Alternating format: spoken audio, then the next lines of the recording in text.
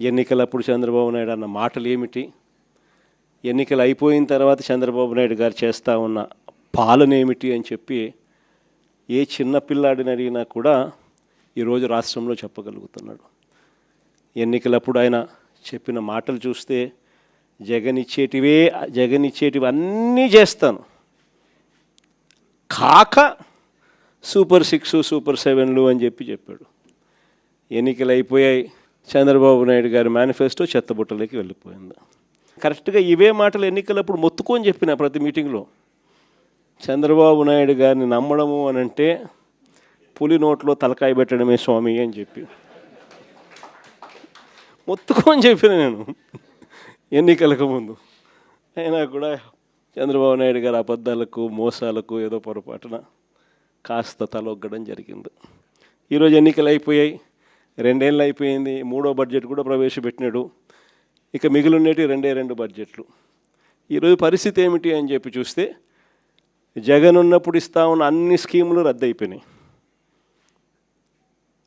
జగన్ ఇస్తాడన్న స్కీములు కాక super 6 super 7 అన్నోడు ఎన్నికలు అయిపోయిన 2 ఏళ్ళ తర్వాత పరిస్థితి ఏమిటి అని చెప్పి చూస్తే జగన్ ఇస్తా ఉన్న స్కీములన్నీ పూర్తిగా రద్దయిపోయినాయి. ఈయన సూపర్ 6 సూపర్ 7 అని చెప్పి ఇస్తాననేటివన్నీ కూడా మోసాలుగా తేలిపోయినాయి.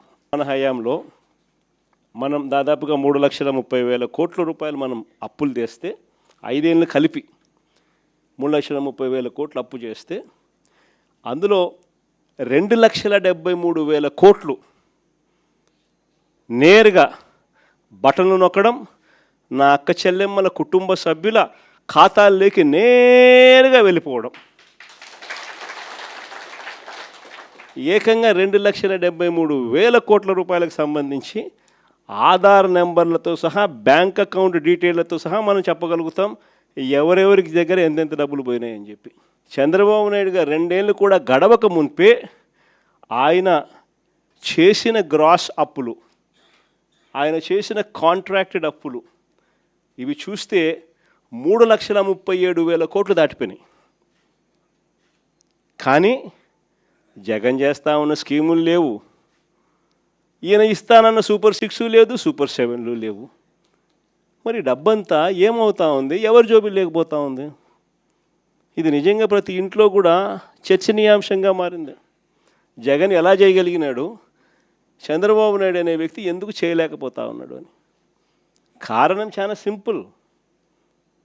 చంద్రబాబు నాయుడు గారి హయాంలో జరుగుతూ ఉన్నది ఏమిటి అని అంటే దోచుకోవడము, పంచుకోవడము, తినుకోవడము. డిపిటి, దోచుకోవడము, పంచుకోవడము, తినుకోవడం, ఇది జరుగుతూ ఉంది. అదే జగన్ హయాంలో ఏం జరుగుతూ ఉన్నది, బటన్లు నొక్కడం, నేరుగా నా అక్క చెల్లెమ్మల కుటుంబాల ఖాతాలోకి నేరుగా వెళ్ళిపోతూ ఉండేది. తేడా అంతకన్నా ఇంకేం లేదు.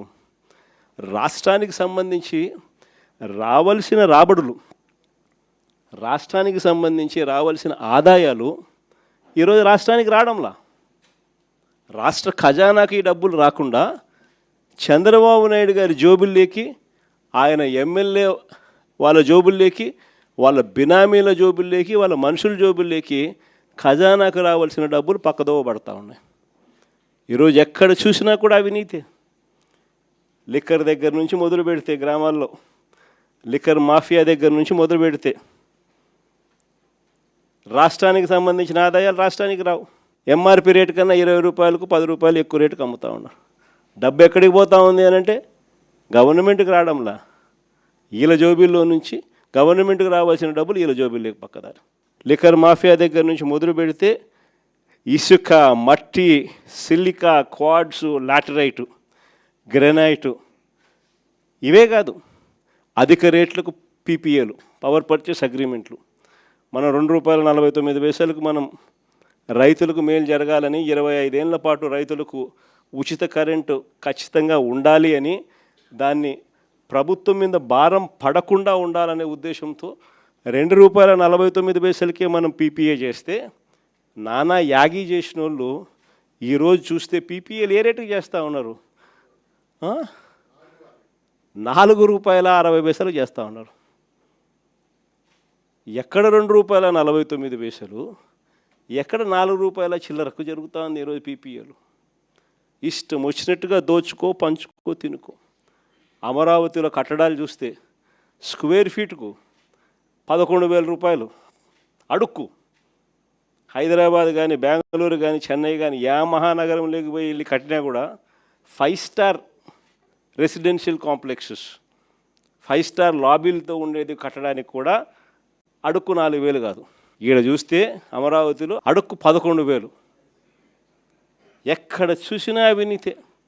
ఇంకా భూముల విషయంలో నేను చెప్పాల్సిన పనిలే. శనిక్కాయలకు బెల్లాలకు వాళ్ళకి ఇష్టం వచ్చిన వాళ్ళకి ఇస్తూ ఉన్నారు. ఏకంగా ఇలా బంధువు బాలకృష్ణ అల్లుడు 5,000 కోట్ల రూపాయలు విలువ చేసే భూమిని నేరుగా వీళ్ళకి ఇష్టం వచ్చినట్టు శనిక్కాయలకు బెల్లాలకు కట్టబెడతా ఉన్నారు.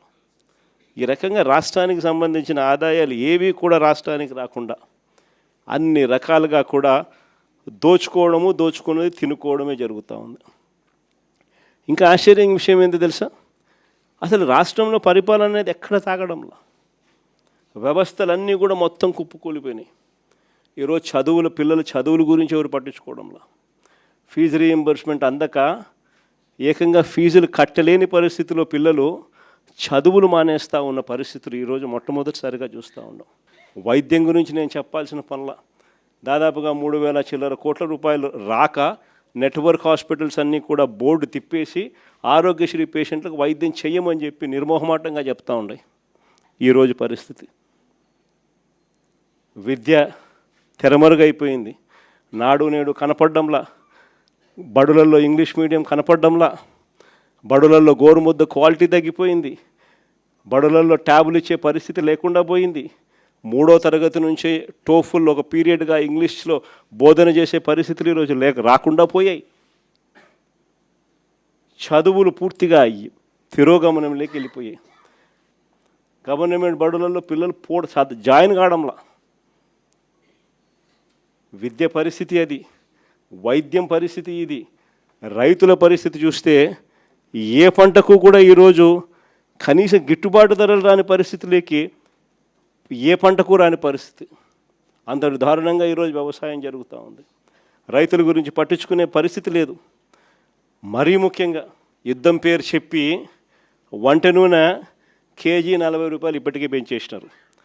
పప్పుల ధరలు ఇప్పటికే కేజీ 15 నుంచి 20 రూపాయలు పెరిగిపోయింది.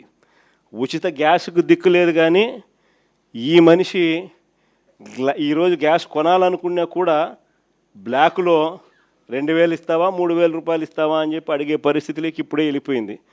ఒకవైపున గ్యాస్ పరిస్థితే, ఈయన గ్యాస్ మాటలతో గ్యాస్ లైటింగ్తో ఇప్పటికీ ఈ పరిస్థితి ఉంటే, ఈ పెద్ద మనిషి ఇప్పుడు కిరోసిన్ ఇస్తాడంట. 1 లీటర్ కిరోసిన్ ఇస్తాడు, పండగ చేసుకోమంటాడు. అసలు కిరోసిన్ ఇస్తే స్టవ్లు ఆడుండాయి. అందరికీ గ్యాస్ స్టవ్లు ఉన్న పరిస్థితి నుంచి ఇప్పుడు కిరోసిన్ స్టవ్లు లేవు. ఈయన 1 లీటర్ కిరోసిన్ ఇస్తా పండగ చేసుకోమంటాడు. యుద్ధం పేరు చెప్పి గుడ్ల రేట్లు కూడా పడిపోయిన పరిస్థితిలో ఈరోజు రైతు అల్లాడుతూ ఉన్నాడు. మొక్కజొన్న క్వింటాలు 1,400 కొనే నాతుడు లేడు. కొక్కోకు ధర లేదు, శనగ పంటకు ధర లేదు, అరటి పంటకు ధర లేదు, టమాటో పంటకు ధర లేదు. రైతుల పరిస్థితి ఇది. అయినా పాలన మీద ఏమాత్రం ధ్యాస లేదు. ఈ మనిషి చంద్రబాబు నాయుడు గారి పాలనలో ఈరోజు పాలనంతా ఒకవైపు ఇట్లా కనపడుతూ ఉంటుంది. మాటలు చూస్తే మాత్రం కోటలు దాటుతాయి. ఈ మధ్యకాలంలో మీ అందరికీ కూడా గుర్తుండే ఉంటుంది. మెటల్ స్టీల్ అని చెప్పి నక్కపల్లిలో మెటల్ స్టీల్ అని చెప్పి ఆయనేది ఇచ్చినట్టుగా దానికి బిల్డప్ ఇస్తూ, దానికి ఒక అడ్వర్టైజ్మెంట్ ఇస్తూ దాని గురించి ఈ మధ్యకాలంలో పెట్టాడు.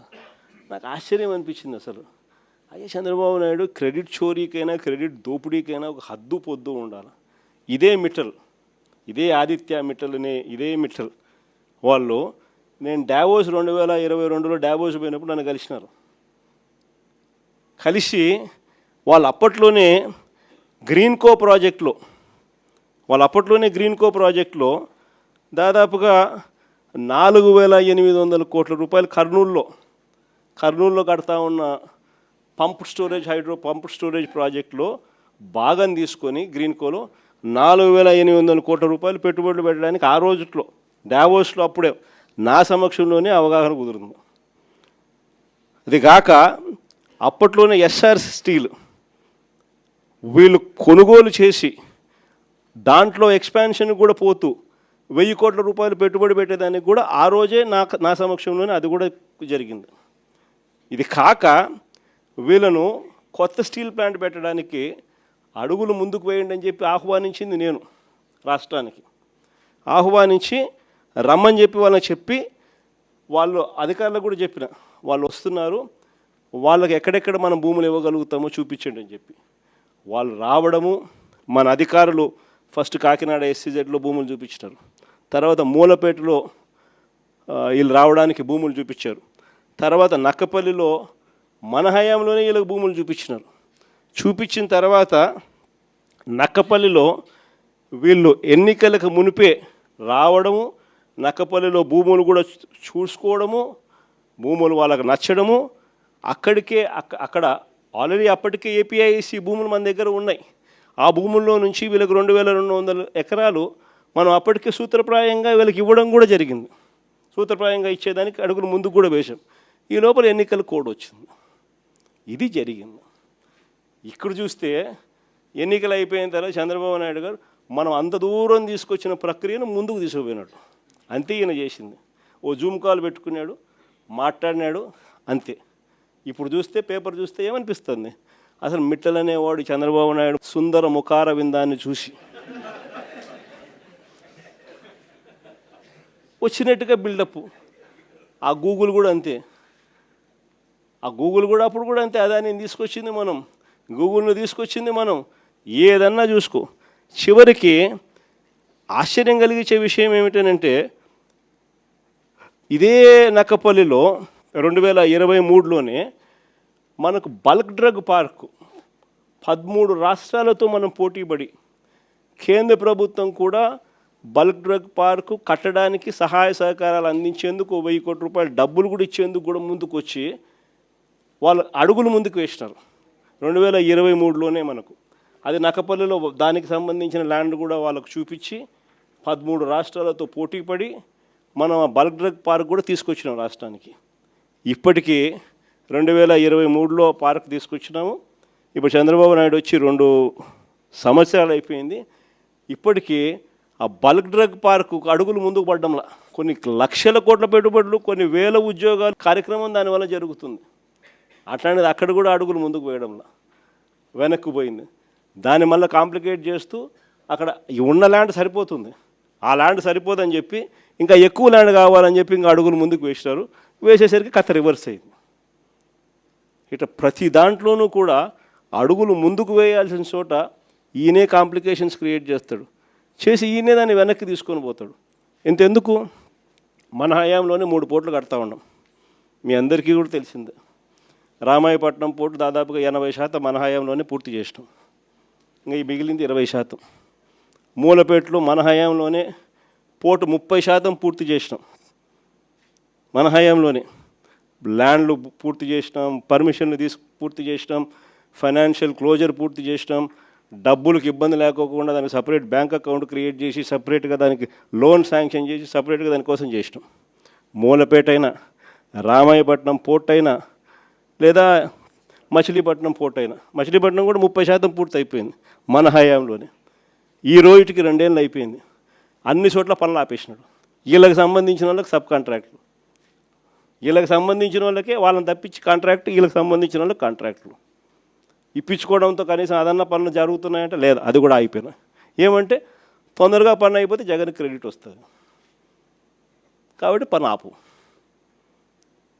పనులు ఆపి ఆడ చుట్టుపక్కల భూములు మళ్ళా వీళ్ళ మనుషుల చేత కొనుగోలు చేయించే కార్యక్రమాలు. మచిలీపట్నంలో వాళ్ళు మొత్తుకుంటున్నారు. ఉన్నదానికి ఆల్రెడీ ల్యాండ్ ఇచ్చినాం, ఆల్రెడీ పోర్టు జరుగుతూ ఉంది. చెన్నైలో పోర్టు ఎన్ని ఎకరాల్లో ఉంది చెన్నైలో పోర్టు? ఇక్కడ వీళ్ళకు 2000 ఎకరాల్లో పోర్టు కడతారు, పైన ఇచ్చినాం. పోర్టు కడతా ఉన్నారు, ఆపేసినాడు. ఇంకా ల్యాండ్ అక్విజిషన్ చేయాలంట. వీళ్ళ బినామీలందరినీ పంపించినాడు, భూములు కొనుగోలు చేసే కార్యక్రమం చేస్తూ ఉన్నాడు. దాని తర్వాత దాన్ని మొదలు పెడతాడంట. ప్రతి అడుగులోనూ కూడా నాకేంది అనే పద్ధతిలో రాష్ట్రాన్ని దోచుకోవడంతోనే ఈరోజు ఎక్కడ చూసినా కూడా అడుగులు జరగబడుతున్నాయి. ఇలాంటి వాతావరణంలో రేపొద్దున 2029 ఎన్నికలు జరగబోతున్నాయి. ఇంకా మీ అందరికీ కూడా ఇంకొక శుభవార్త ఏమిటి అని అంటే రాష్ట్రంలో సీట్లు కూడా పెరుగుతున్నాయి.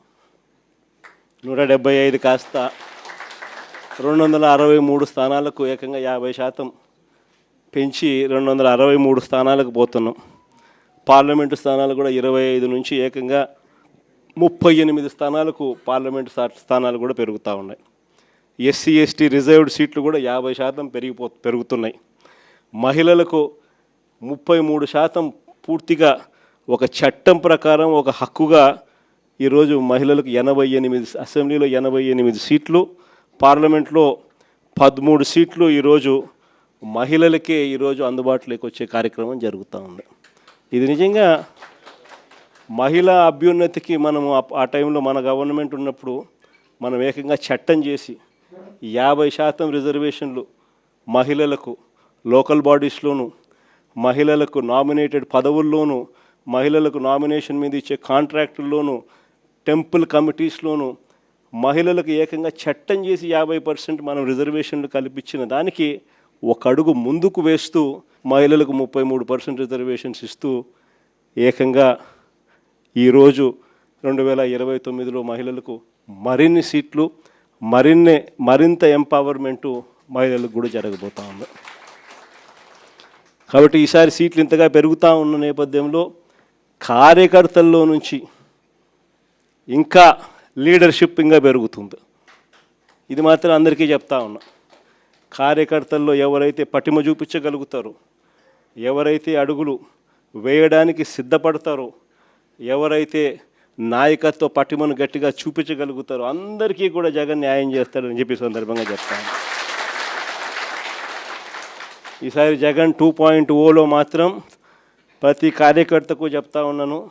బహుశా మనం అధికారంలోకి ఉన్నప్పుడు కోవిడ్ ఉన్నది, మనం అధికారంలో ఉన్నప్పుడు 2 సంవత్సరాలు కోవిడ్ లాంటి విపత్కర పరిస్థితులు ఎప్పుడు ఎదుర్కొని పరిస్థితుల మధ్య బహుశా కార్యకర్తలకు అనుకున్నంత పేరుకు బహుశా నేను న్యాయం చేయలేకపోయి ఉండొచ్చు. పాలన మీద ఎక్కువ ధ్యాస పెట్టాల్సి వచ్చింది, బట్టల మీద ఎక్కువ ధ్యాస పెట్టాల్సి వచ్చింది. కాబట్టి బహుశా అంత ఎక్కువగా చేయలేకపోయి ఉండొచ్చు.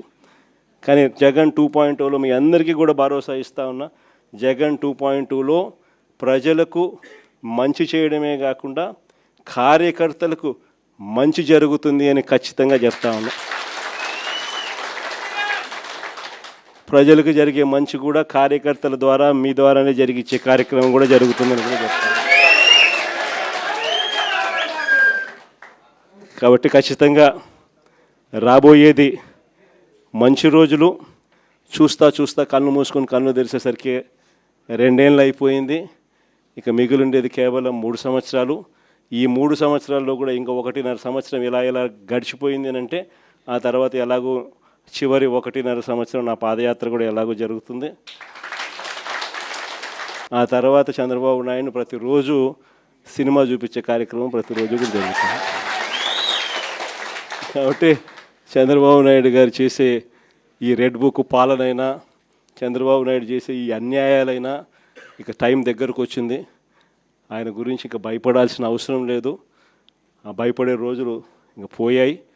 ఇక నుంచి చంద్రబాబు నాయుడిని గట్టిగా నిలదీసే కార్యక్రమాలకు శ్రీకారం చుట్టవలసిన రోజులు దగ్గరకు వచ్చినాయని మీ అందరికీ కూడా ఈ సందర్భంగా విన్నవిస్తాను.